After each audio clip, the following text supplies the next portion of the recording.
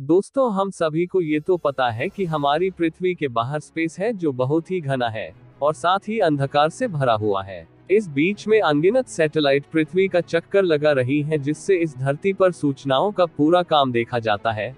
लेकिन क्या आप जानते हैं पृथ्वी से आसमान में कितनी दूरी पर जाने के बाद अंतरिक्ष की शुरुआत होती है? क्या इसका कोई और भी छोर है? आज की वीडियो में इसी विषय पर बात करेंगे और जानेंगे कि पृथ्वी के बाद से कितनी दूरी से शुरुआत होती है अंतरिक्ष की।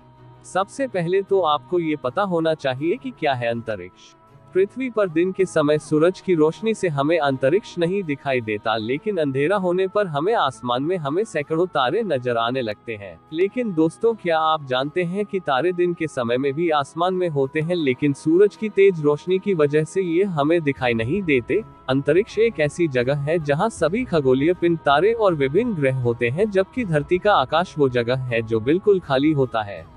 अंतरिक्ष में तारों और ग्रहों के अलावा कम घनत्व वाले गैसीय पार्टिकल होते हैं, जिसमें हाइड्रोजन और हीलियम कण शामिल होते हैं। ये प्लेस डार्क मैटर और डार्क एनर्जी से भरी हुई होती है, जहां हर समय विभिन्न धातुओं की गंध आती रहती है। इसलिए अंतरिक्ष में जाना और वहां तमाम तरह की खोजी अभियानों को अंजाम देना बहुत ही मुश्किल और चुनौती भरा काम माना जाता है। अब लौटते हैं अपने असली सवाल पर, धरती के कितनी दूरी पर है अंतरिक्ष? इस सवाल का जवाब शायद हर कोई पाना चाहता है, लेकिन उसे जवाब मिलता नहीं होगा, क्योंकि पृथ्वी की संरचना कुछ ऐसी है कि इसका वातावरण बहुत ही घना और मीलों मील तक फैला हुआ है। इस वायुमंडल को ओजोन लेयर के नाम से जाना जाता है, जो सूरज की हानिकारक किरणों के साथ साथ विभिन्न प्रकार की उल्कापिंडों और क्षुद्र ग्रहों से हम इंसानों की रक्षा करता है। लेकिन इंसान पृथ्वी से जितना दूर जाएगा, वैसे वैसे पृथ्वी का वायुमंडल कम घना होने लगेगा और इसकी परतें बेहद पतली हो जाएंगी। जिस जगह पर जाकर पृथ्वी का वायुमंडल खत्म होता है, बस वहीं से शुरुआत होती है अंतरिक्ष की। लेकिन दोस्तों, पृथ्वी की वायुमंडल की समाप्ति और अंतरिक्ष की शुरुआत के उस बिंदु की पहचान को लेकर दुनिया भर के वैज्ञानिक एजेंसियों के बीच मतभेद और अलग अलग विचार है। अमेरिकी स्पेस एजेंसी नासा का मानना है कि जमीन से ऊपर जिस पॉइंट पर प्रेशर की मात्रा 1 पाउंड स्क्वायर फीट से कम यानी 0.0048 बार से कम हो जाए, उस जगह से अंतरिक्ष की शुरुआत हो जाती है।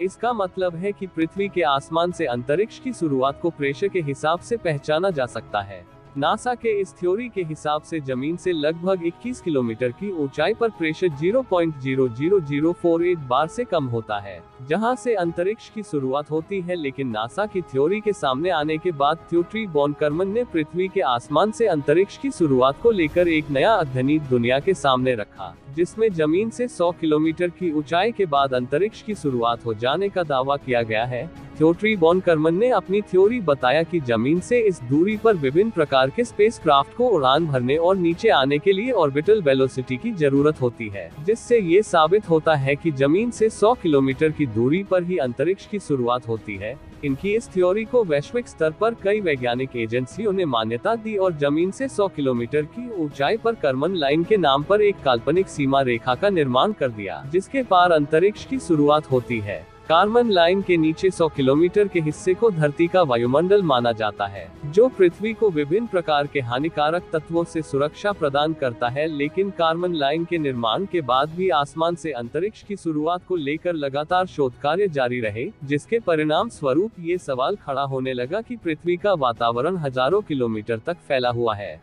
फिर उसे सिर्फ 100 किलोमीटर के दायरे में ही कैसे सीमित किया जा सकता है? अगर हम पृथ्वी के वातावरण के विभिन्न लेयर पर नजर डालेंगे तो पाएंगे कि इसकी पहली लेयर यानी ट्रोपोस्फियर 12 किलोमीटर की ऊंचाई तक फैली हुई है। वही वातावरण की दूसरी लेयर स्ट्रेटोस्फियर जमीन से 50 किलोमीटर की ऊंचाई तक फैली है, जबकि तीसरी लेयर मेसोस्फियर जमीन से 80 किलोमीटर की ऊंचाई तक फैली है। इन सब के अलावा वायुमंडल की चौथी लेयर थर्मोस्फियर का फैलाव जमीन से 700 किलोमीटर की ऊंचाई तक और सबसे भारी एक्सोस्फियर जमीन से 10,000 किलोमीटर की ऊंचाई तक फैली हुई है। ऐसे में वैश्विक स्तर पर अंतरिक्ष की शुरुआत के लिए जो काल्पनिक लाइन खींची गई है, वो धरती के वायुमंडल के अंदर ही है। हालांकि फिर भी कार्मन लाइन को ही अंतरिक्ष की शुरुआत का महत्वपूर्ण बिंदु क्यों माना जाता है?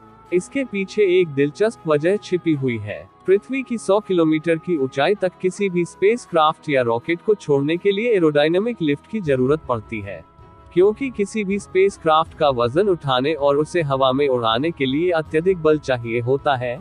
लेकिन जैसे ही स्पेसक्राफ्ट आसमान में 100 किलोमीटर की ऊंचाई पर बनी कार्मन लाइन को क्रॉस करता है, तो उसे उड़ान भरने के लिए अत्यधिक बल की जरूरत नहीं पड़ती। यही वजह है कि पृथ्वी के वायुमंडल में मिलों मिल फैले रहने के बावजूद इस जमीन से 100 किलोमीटर की ऊंचाई के बाद अंतरिक्ष की शुरुआत हो जाती है, जहां कोई भी स्पेसक्राफ्ट या सैटेलाइट उड़ान भरने के लिए ऑर्बिटल वेलोसिटी पर निर्भर रहती है। दोस्तों, अब आपको इस सवाल का जवाब मिल गया होगा कि अंतरिक्ष की ऊंचाई कितनी है।